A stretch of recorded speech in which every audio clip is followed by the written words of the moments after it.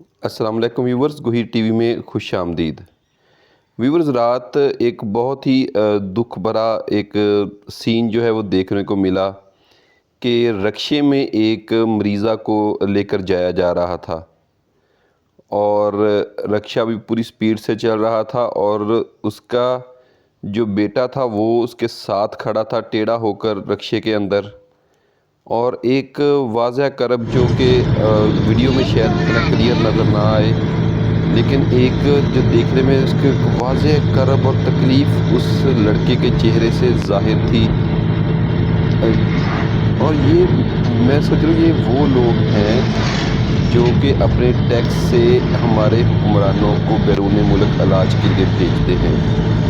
ये वो लोग हैं जो हमारी अशराफिया ब्यूरोक्रेसी को फ्री मेडिकल के लिए टैक्स देते हैं और इनके अपने हिस्से में क्या आता है, यही दुख, तकलीफ़, करब और अपने मरीज़ों को रिक्शों और मोटरसाइकिलों पर धक्के दिलवाना। फिर आगे जाकर हॉस्पिटल में इनको क्या मिलेगा?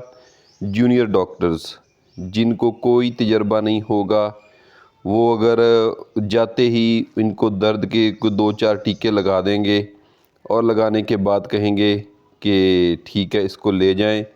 या अल्लाह ना करे कोई ज़्यादा तबीयत ख़राब होती है तो इसको जी बड़े किसी शहर के हॉस्पिटल में ले जाएं, हमारे पास इसके इलाज की सहूलत नहीं है।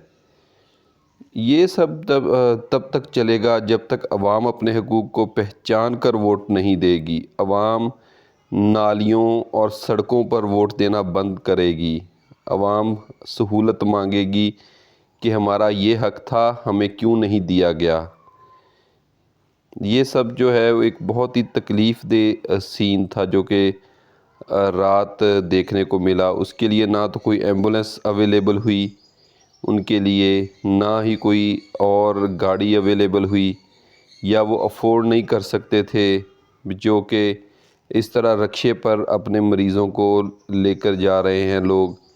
लेकिन किसी के कान पर कोई जूं तक नहीं रेंगती कि इनकी बद्दुआएं क्या असर लाएंगी।